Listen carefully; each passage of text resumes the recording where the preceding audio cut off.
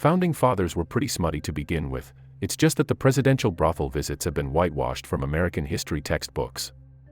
As much as we admire the U.S. Founding Fathers for leading the American Revolution and creating the Constitution, it is easy to forget that many of these men also found time to have multiple affairs to satiate their appetites and treat unusual bodily ailments. Benjamin Franklin preferred older women. Benjamin Franklin often expressed his belief that older women were the best option when looking for a worthwhile intimate partner, especially in the dark. In his paper Advice to a Young Man on the Choice of a Mistress, Franklin wrote about how older women were both more grateful to catch the eye of a younger man and more experienced when it came to getting down and dirty. He went on to write, regarding what is below the girdle, it is impossible to tell an old one from a young one. Deborah Reed was Franklin's moniker for his wife. Although they were married for 44 years, Franklin felt that wasn't long enough. Having a mistress wasn't unusual for influential men in the colonial era, but Franklin amassed an incredible amount of conquests. His liaisons with Anne-Louise Brillon de Joly, Madame Foucault, Mademoiselle Louvain-Lard, and other French women suggested that he had a particular fondness for them. He continued to have affairs with numerous women as he got older, proving that his desire could not be sated. In his autobiography, Franklin wrote, "The hard-to-be-governed passion of my youth had hurried me frequently into intrigues with low women that fell in my way." Franklin was upfront about his affairs. Over the course of his lengthy life, Benjamin Franklin earned the reputation of being what is now referred to as a ladies' man. He did nothing to discourage the belief. He frequently offered succinct advice in his aphorisms, such as, "She that paints her face thinks of her tail," and, "Neither a fortress nor a maidenhead will hold out long after they begin to parley." For the majority of his life, Franklin was a part of a common-law marriage to which he contributed a son from a prior union. Even though he was by that point a septuagenarian, during his protracted trips from his home in Philadelphia, he was always in the company of women, particularly in pre-revolutionary France when he was the talk of Paris and surrounded by the ladies of the French nobility. Franklin wrote a letter to a young man, the son of a friend, much before that, in 1745. The right way to deal with intimate impulses was the topic. After recognizing that marriage would not be feasible, there were other founding fathers whose libido was a regular topic of conversation besides Franklin.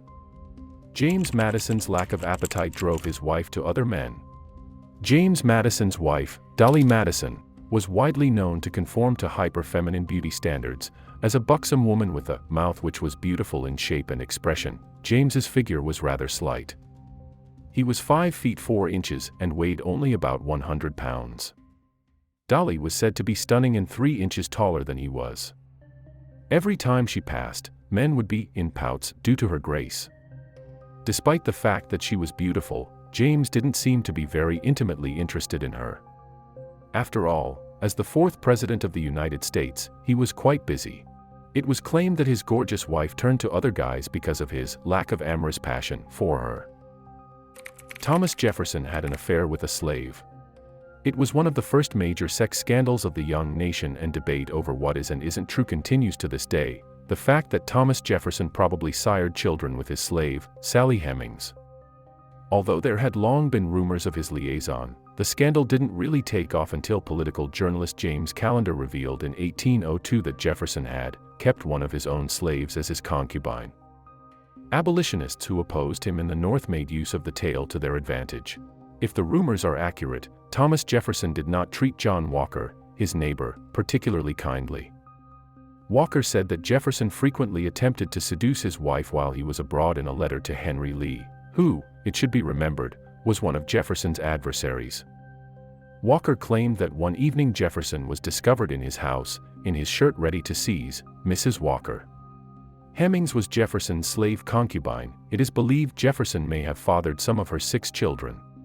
At least one of the Hemings children, her youngest son Eston, was likely born to Jefferson, according to DNA evidence from the late 20th century.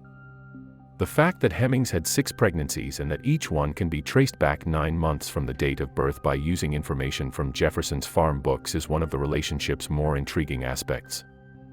This shows that Jefferson was present at Monticello at the time each pregnancy was conceived.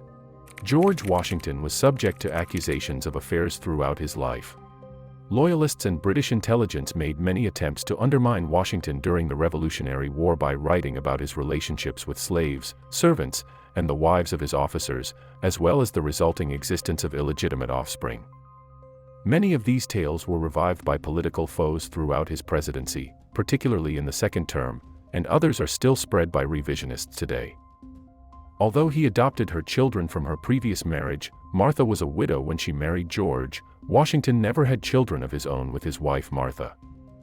Although his preference for the company of young girls was well documented by his contemporaries of both sexes, Washington's archives do not contain references to his sex life, either as a bachelor or married, except from a few letters to Sally Custis that have remained. George Washington was alleged to have worn a cross-dress. Without making some enemies, you cannot become the representative of a new nation. Naturally, George Washington's stunning refusal to bow to their king did not endear him to the British. Satirists from across the pond frequently claimed that Washington was a transgender woman.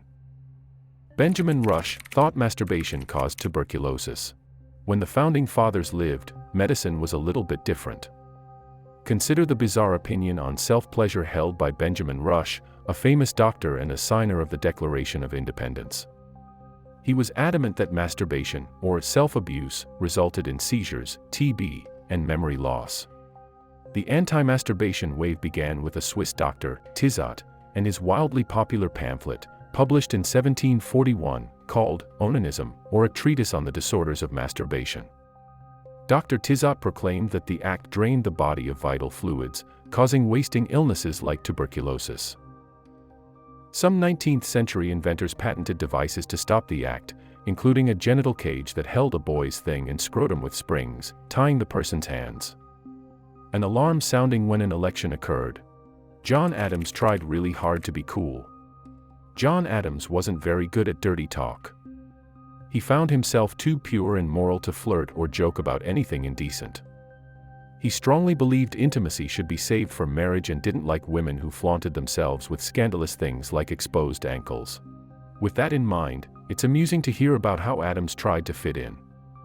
One night when he was in the more sexually liberated city of Paris, a woman came up to him and asked if his last name meant he was a descendant from Adam and Eve, and if he was, could he answer how Adam and Eve figured out how to make love without anyone telling them how.